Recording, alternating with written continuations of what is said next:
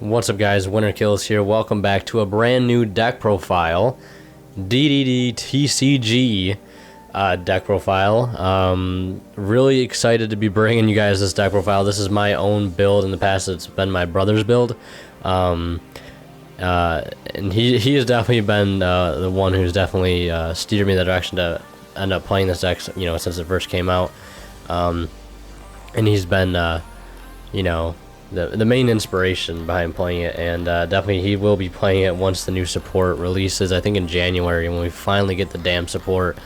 But this is my build that I've been testing vigorously for the past few days, and I'm really happy with how it's been working.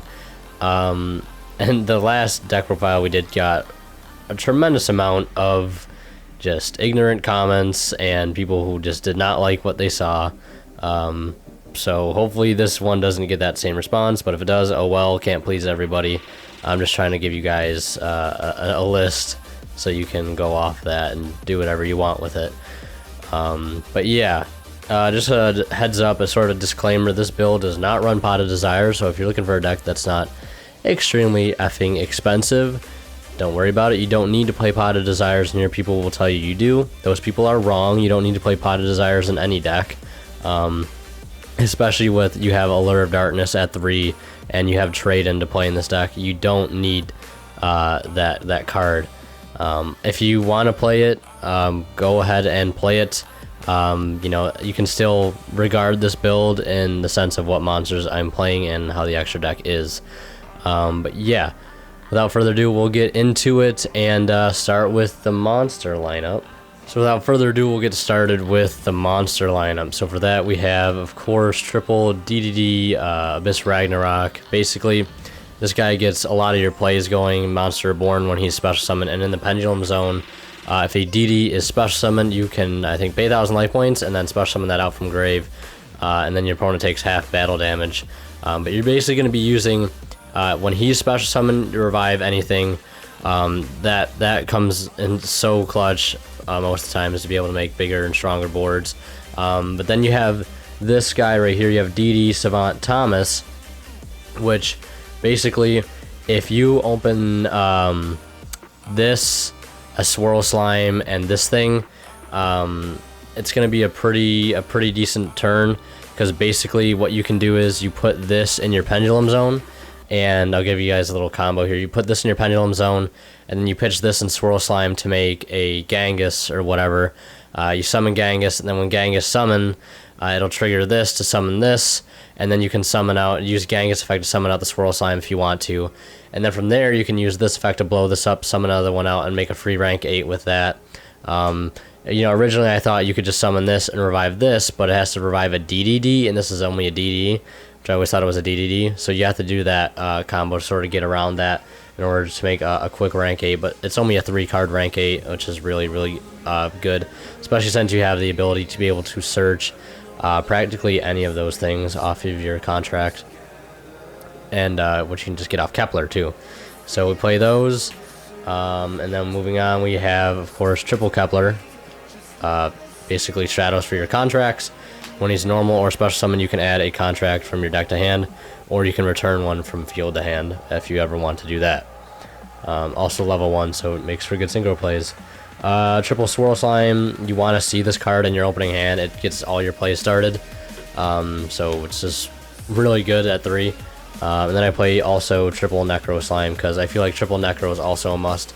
Not as good as Swirl Slime, but you still want to be able to have this card to your disposal. And the fact that it is a level 1 that you can revive off of Genghis after fusion summoning and stuff.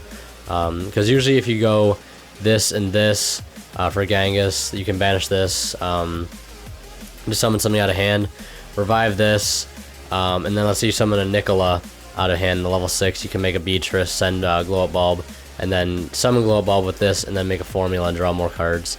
It's just really helpful in its utility being a level 1. And then we play the standard slime lineup, and then after that we have 2 Leonidas, because stopping yourself from dying from burn damage is always cool, and this helps you make a Ignister a lot easier, so that's why I play him at 2. And then I play the 1 Nicola. I don't really use this thing at all for its effect, other than that he's a level 6, and you can revive him Fairly easy with either Puppet Master and Genghis to make Beatrice, which is awesome because Beatrice is amazing in this deck. So yeah, that's it for the DDDs and the DDs, and next we play double Puppet Master. Basically, if you don't know what this card does, it's absolutely amazing for this deck. It's like almost broken. Basically, and this helps to make rank 8s basically really easy with just Ragnarok and Thomas. Not to mention that Ragnarok would get his effect off this as well. Basically, when this card is tribute summoned, so basically you can make a fusion right off the bat and then just get rid of it for this, or you 1-for-1 out of Kepler. You can get rid of the Kepler, tribute summon this, pay 2,000 life points, special summon 2 fiends from your grave, but they can't attack this turn, so you just use that to trigger their effects, like Genghis and Ragnarok or whatever, to bring back something, and then bring something off of the Genghis when Ragnarok summons something. Like, it's just so good, and then you can use this to make a Beatrice really easily. It's also an allure target most of the time if you can't really get that normal summon off.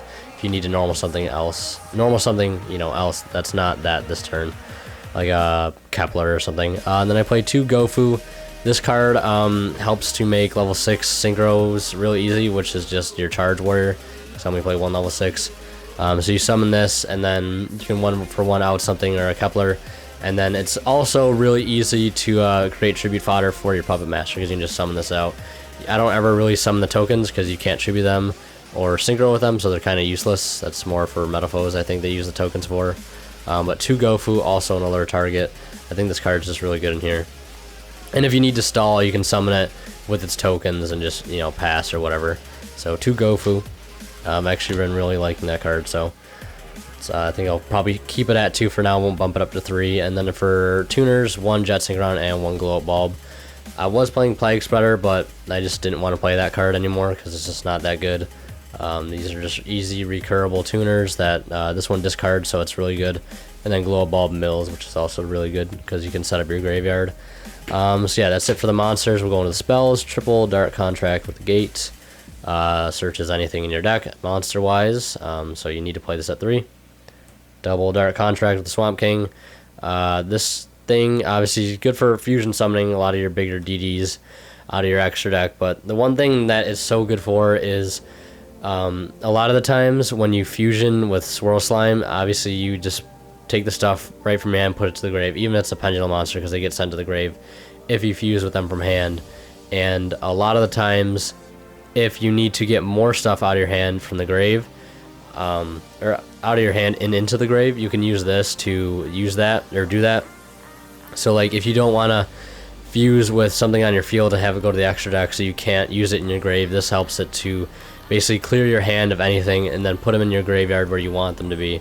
And then draw power, we have triple Allure of Darkness. Gotta play it at 3 now that it's available. This card, you pretty much resolve it like twice every game, or even 3 times, or twice in a turn. Traden's awesome because it discards a card, which is really good. It discards your Ragnarok or your Thomas, sets that up in graveyard, which is always nice. And then the rest are just 1-up spells, which is Foolish Burial, of course, 1-for-1, Soul Charge, and 1 Twin Twister, and 1 Burial. Because if you just banish stuff off Allure, and you have this in your hand, stuff that you didn't want to banish, you put it back in your grave, and it just recycles your slimes and stuff, and anything you might have banished with them. So yeah. Twin Twister, I was really playing just MST because, combo oriented deck, but sometimes like Twin Twisting your own contract after you use it and then getting something to your graveyard that you need is always helpful. Soul Charge is just busted, and 1-for-1 for your tuners or your Kepler. Set up a lot of combo plays with that. And then lastly for Trap, 1 contract with a Witch. I play this card just to out problem cards, and it makes your fiends really beefy during your opponent's turn. Gains all 1,000 attack. And basically, this allows you to out stuff like Vanity's Emptiness, Anti-Spell, a lot of just big problem cards that you can't get rid of because you can just search this off a normal summon Kepler, set it, and then activate it, discard either a DD or a contract and just blow something up. It's like a Raigeki Break, continuous Raigeki Break that gives all your fiends 1,000 attack. So really clutch in most cases, and that's why I decided to play it as my only trap. And since it is searchable, I only want to play it at 1. And then for the extra deck, really tight extra deck actually, in terms of just deciding what I want to play. So for the 2 rank 8s, because you don't make rank 8s that often, but you sort of do, number 38 and Kali Yuga. Both phenomenal rank 8s to play. I actually just picked this up yesterday. I would play this card. Honestly, I think this is a really good card, especially since it's 3,500 attack and it hits the board. It just negates everything, and no effects can be activated on the field. So this card just like in the right situations just wins you the game. This is obviously great in a top decking situation or going first for stun factor. This also blows up all spells and traps, so just like wins in the pendulum matchup most cases or against back row heavy decks. If you can just make this and wipe their field if you go first, it sets you up to win the game pretty much instantly. Felgrand was another card I was thinking about playing, but I think these two are just much more solid choices. And then the other Xyz I'm playing is Beatrice Beat Rice. I know you can play M7, but this card just always comes up. It's the most useful. Foolish Burials, anything.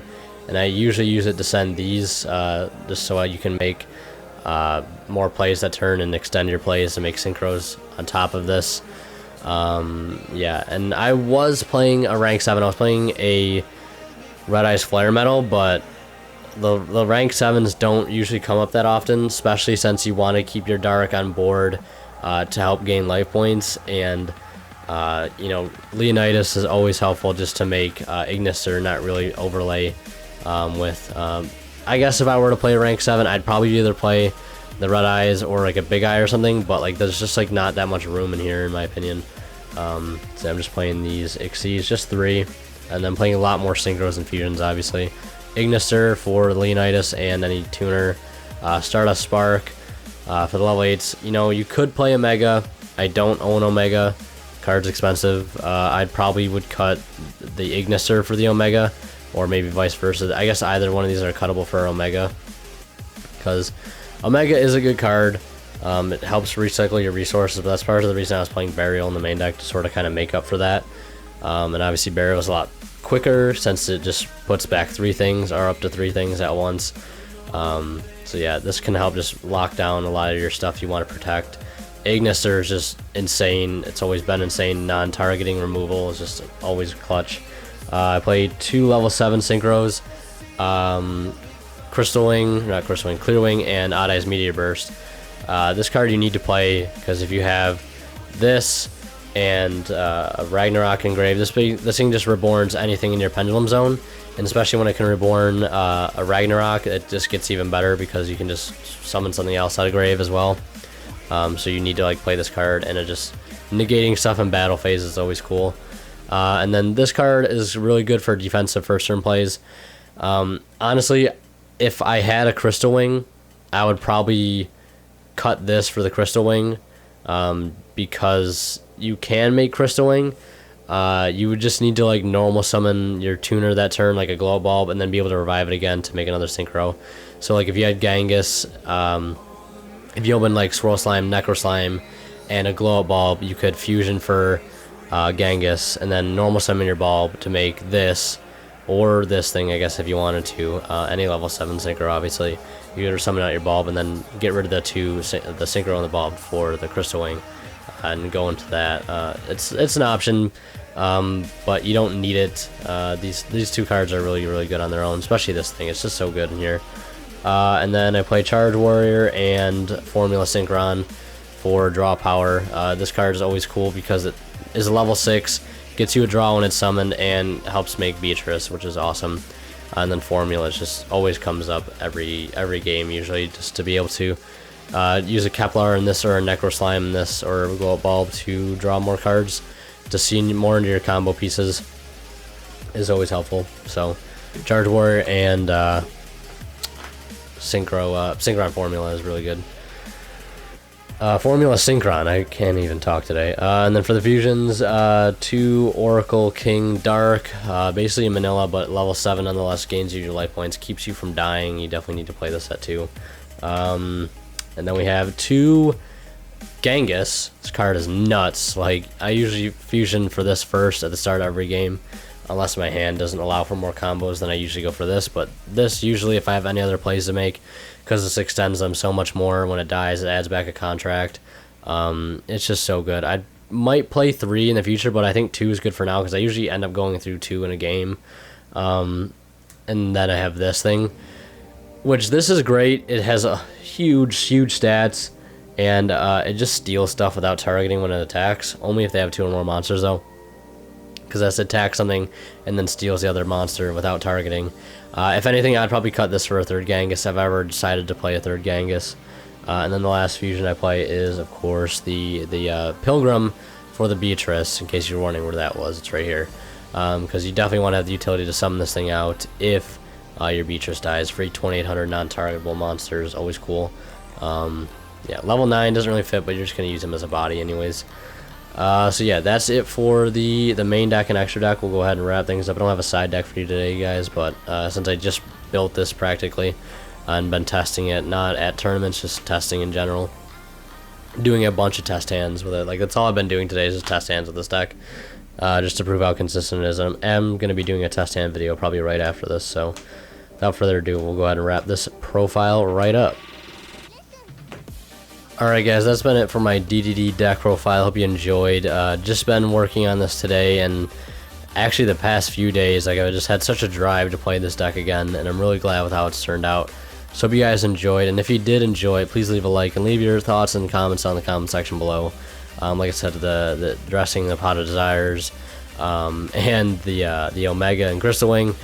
I was planning on buying a Crystal Wing, but the one person I wanted to buy it from would not sell it to me for understandable reasons. So, yeah, the only other level 8 singer I think I would play in here would probably be Crystal Wing, or Omega, but those are both, you know, ridiculously expensive. So yeah, without further ado, hope you guys enjoyed. If you did, leave a like.